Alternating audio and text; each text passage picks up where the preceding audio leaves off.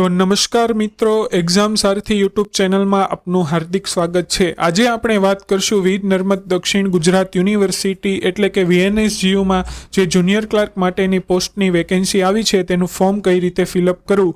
આ ફોર્મની last date છે 21/11/2025 સાંજે 6 વાગ્યા સુધી તમે ફોર્મ ફિલ કરી શકો છો।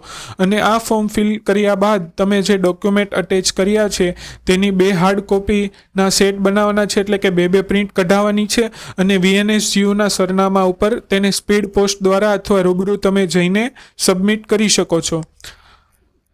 હવે પોસ્ટની વાત કરીએ તો 35 પોસ્ટ આવેલી છે અને અલગ અલગ કેટેગરી વાઇઝ તેને ડિવાઈડ કરવામાં આવેલી છે, જે તમે સ્ક્રીન પર જોઈ શકો છો। ફર્સ્ટ ફિક્સ સેલેરી એટલે કે પહેલા 5 વર્ષ માટે 26,000 પર મંથ ફિક્સ સેલેરી રહેશે અને ત્યારબાદ ગુજરાત સરકારના પગાર પંચ મુજબ તે મળવાપાત્ર રહેશે। હવે ક્વોલિફિકેશનની વાત કરીએ તો એની ગ્રેજ્યુએટ એટલે કે તમે કોઈ પણ કક્ષામાંથી સ્નાતક ડિગ્રી મેળવી હોય, બેચલર ડિગ્રી મેળવી હોય, તમે આ પોસ્ટ માટે અપ્લાય કરી શકો છો। આ ફોર્મ તમે કોમ્પ્યુટર અથવા મોબાઈલ બંને દ્વારા ભરી શકો છો। સૌપ્રથમ તમારે ગૂગલમાં VNSGU ટાઈપ કરવાનું છે, ત્યારબાદ તમને અહીં દેખાશે www.vnsguaccount.in। તો તેની ઉપર ક્લિક કરવાની સાથે જ યુનિવર્સિટીની વેબસાઇટનો ઇન્ટરફેસ ખુલી જશે। તેમાં તમને સેકન્ડ ઓપ્શન મળશે ધ યુનિવર્સિટી, તેમાં તમારે થર્ડ લાસ્ટ ઓપ્શન એટલે કે રિક્રુટમેન્ટ પર જઈને ક્લિક કરવાનું રહેશે।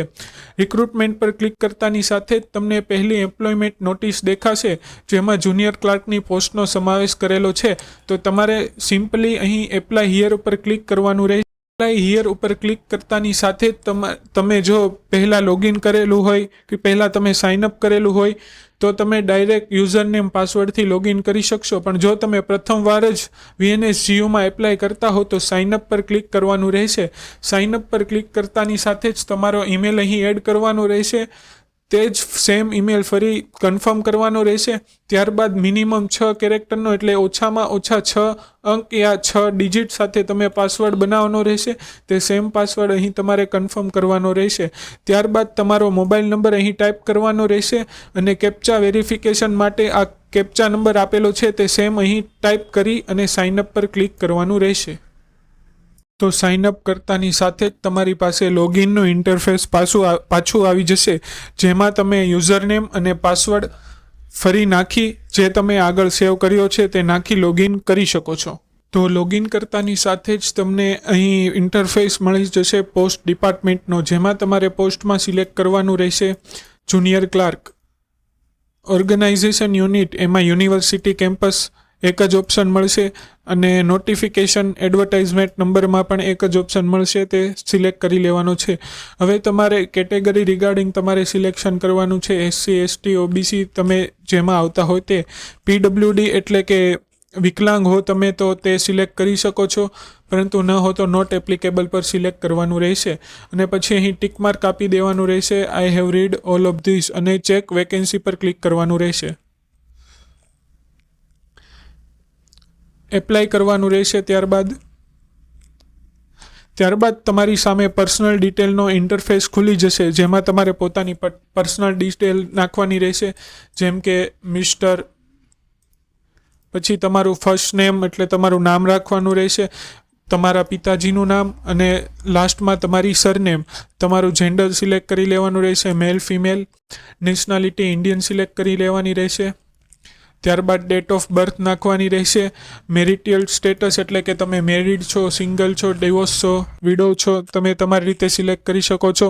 પછી PAN card number, passport, driving licence અથવા વોટર આઈડી, 4માંથી જે પણ તમારી પાસે અવેલેબલ હોય તેનો નંબર અહીં નાખી દેવાનો રહેશે। ત્યારબાદ ફાધરનું નામ, સ્પાઉસ નેમ એટલે કે તમે જો મેરિડ હો તો તમારા જીવનસાથીનું નામ નાખવાનું રહેશે। ત્યારબાદ માતાના નામ રાખવાનું રહેશે અને છેલ્લે કન્ટ્રી કોડ એટલે કે ઇન્ડિયા, IND ઇન્ડિયા 91 સિલેક્ટ કરી દેવાનું રહેશે। તમારો મોબાઈલ નંબર અહીં ઓટોમેટિક આવી જશે, જે તમે આગળ લોગિન કરેલું છે તેમાં તમે ચેન્જીસ નહીં કરી શકો। કન્ટ્રી કોડ ફરી પાછો ઇન્ડિયા નાખવાનો રહેશે, IND 91। એરિયા કોડ નાખવાનો રહેશે, જો તમે લેન્ડલાઇન યુઝ કરતા હો તો તે નાખી શકો છો, કમ્પલસરી નથી। તમારો રિલિજિયસ એટલે કે તમારો ધર્મ સિલેક્ટ કરવાનો રહેશે। તમે એક્સ સર્વિસમેન હો તો તે સિલેક્ટ કરી શકો છો. ઓલરેડી તમે યુનિવર્સિટીમાં એમ્પ્લોયમેન્ટ લીધેલું હોય તો તે સિલેક્ટ કરવાનું રહેશે. અને તમે જો ભારત સરકારના કર્મચારી હો તો તમે એ પણ સિલેક્ટ કરી શકો છો. પછી તમારું અહીં એડ્રેસ નાખવાનું રહેશે. તમારું જે પરમનન્ટ એડ્રેસ હોય એ નાખવાનું રહેશે.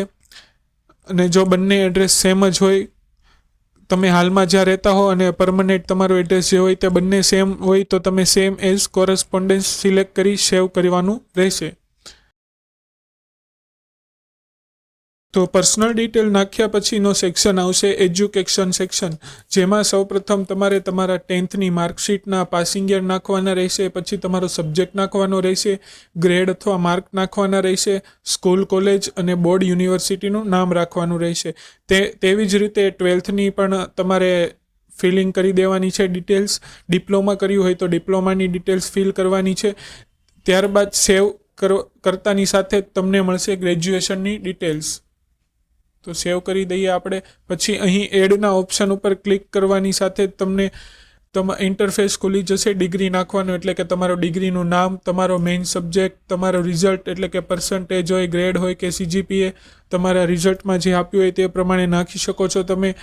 પાસિંગ યર નાખવાનું રહેશે, યુનિવર્સિટીનું નામ રાખવાનું રહેશે, સ્ટેટ એટલે કે તમે ગુજરાત કે આઉટ ઓફ ગુજરાત જ્યાંથી કર્યું હોય તે સ્ટેટનું નામ રાખવાનું રહેશે અને લાસ્ટમાં ઇન્ડિયા નાખવાનું રહેશે. ત્યારબાદ જો તમે MPhil, PhD કે અધર કોઈ ક્વોલિફિકેશન કરેલું હોય, પોસ્ટ ગ્રેજ્યુએટમાં ડિપ્લોમા કરેલું હોય, ડિપ્લોમા પછી ડિગ્રી કરેલી હોય, ITI કરેલું હોય તો તેની ડિટેલ્સ સેમ એઝ ઉપર નાખી તે પ્રમાણે નાખવાની રહેશે. ત્યાર પછીનો ઇન્ટરફેસ ખુલી જશે તમારા માટે એક્સપિરિયન્સનો. જો તમે પહેલાં જોબ કરેલી હોય કે કરતા હો તો તમે અહીં એડ ઓપ્શન ઉપર ક્લિક કરી તમારો એક્સપિરિયન્સ નાખી શકો છો. કઈ ટાઈપની જોબ તમે કરતા હતા, કયા ઓર્ગેનાઇઝેશનમાં કરતા હતા, તમારી જોબ પ્રોફાઇલ શું હતી, ડેઝિગ્નેશન તમારો હોદ્દો શું હતો, તમારો પે બેન્ડ એટલે કે કયા કમિશન ઉપર તમે જોબ લીધેલી હતી, ટાઈપ ઓફ એમ્પ્લોયમેન્ટમાં ટેમ્પરરી હતા, પરમનન્ટ હતા, થોડા ટાઈમ માટે કરતા હતા, તમારે ડિટેલ એડ કરી શકો છો. ત્યારબાદ ઓપ્શન આવશે રિસર્ચનો.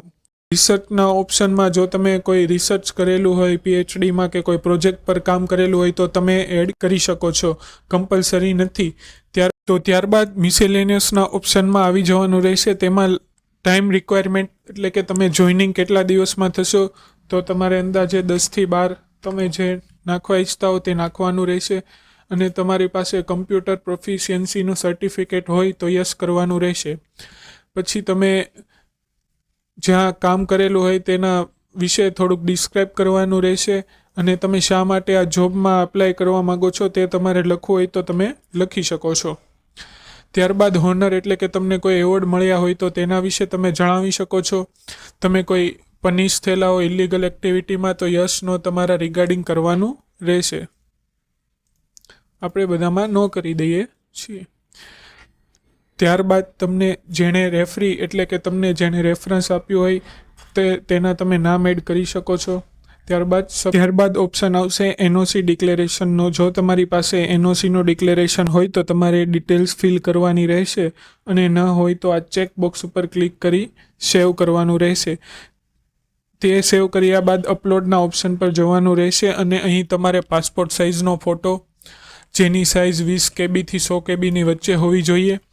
ત્યારબાદ સિગ્નેચર, 10માની માર્કશીટ, પાન, પાસવર્ડ અથવા ડ્રાઇવિંગ લાઇસન્સ, વોટર ID તમારી પાસે જે અવેલેબલ હોય તેનો ફોટો અને તમારું જે કાસ્ટ સર્ટિફિકેટ હોય, કેટેગરી સર્ટિફિકેટ હોય તે અપલોડ કરવાનું રહેશે. ત્યારબાદ નીચે 10માની અને 12માની માર્કશીટ અપલોડ કરવાની રહેશે. ત્યારબાદ તમે જે ગ્રેજ્યુએશન કરેલું હોય, મેં BComમાં કરેલું છે તો મારે BComની ડિગ્રી અને તેના ફાઇનલ માર્કશીટ એટલે કે 6થા સેમની માર્કશીટ અપલોડ કરવાની રહેશે. ત્યારબાદ પ્રિવ્યૂ સેક્શનમાં આવી તમારું ફોર્મ આખું તમારે ચેક કરી લેવાનું છે. તેમાં કોઈ ભૂલ તો નથી ને? ભૂલ હોય તો તે સુધારા કરી લેવાના છે અને ફાઇનલ અહીં આઈ અગ્રીના ચેકબોક્સ ઉપર ક્લિક કરી નેક્સ્ટ સેક્શનમાં જવાનું છે. નેક્સ્ટ સેક્શનમાં જયા બાદ તમારી કેટેગરી ફરી સિલેક્ટ કરવાનું આવશે. તમે જે કેટેગરીનું ડોક્યુમેન્ટ અપલોડ કર્યું હોય તે કેટેગરી સિલેક્ટ કરી લેવાની છે, અનરિઝર્વ, EWS કે PW વાળી. પછી પ્રોસેસ ઓફ સબમિશન કરવાનું રહેશે. પ્રોસેસ કર્યા બાદ તમારું નામ, પોસ્ટ જે અપ્લાય કરેલું છે અને તમારે કેટલી ફી ભરવાની રહેશે તેનું આખું અહીં આવી જશે ડિટેલ્સ. તો તમારે પ્રોસેસ ટુ ફી ઉપર ક્લિક કરવાનું છે. ત્યારબાદ તમારે તમારી કેટેગરી વાઇઝ ફી ભરવાની રહેશે. જો અનરિઝર્વ હશે તો 500 હશે, કેટેગરી વાઇઝ તમે એપ્લાય કર્યું હોય તો 200 હશે. તો તમે UPI, નેટ બેન્કિંગ, QR તમે જેમાં કમ્ફર્ટેબલ હો તે રીતે તમે એપ્લાય કરી શકો છો. આ ફીસ પે કર્યા બાદ તમારે આની 2 ઝેરોક્સ કરાવવાની છે અને વીર નર્મદ સાઉથ ગુજરાત યુનિવર્સિટીના એડ્રેસ પર સ્પીડ પોસ્ટ અથવા રૂબરૂ જઈ તમે સબમિટ કરી શકો છો. Thank you. આવા જ આગળ ફોર્મ ફિલિંગ કે ટિપ્સ માટે ચેનલને સબસ્ક્રાઈબ કરી લો અને વિડીયો લાઈક કરી દો અને તમારા મિત્રોને શેર કરી દો જેને જુનિયર ક્લર્કના ફોર્મ ભરવાના હજી બાકી હોય. જય હિન્દ, જય ભારત.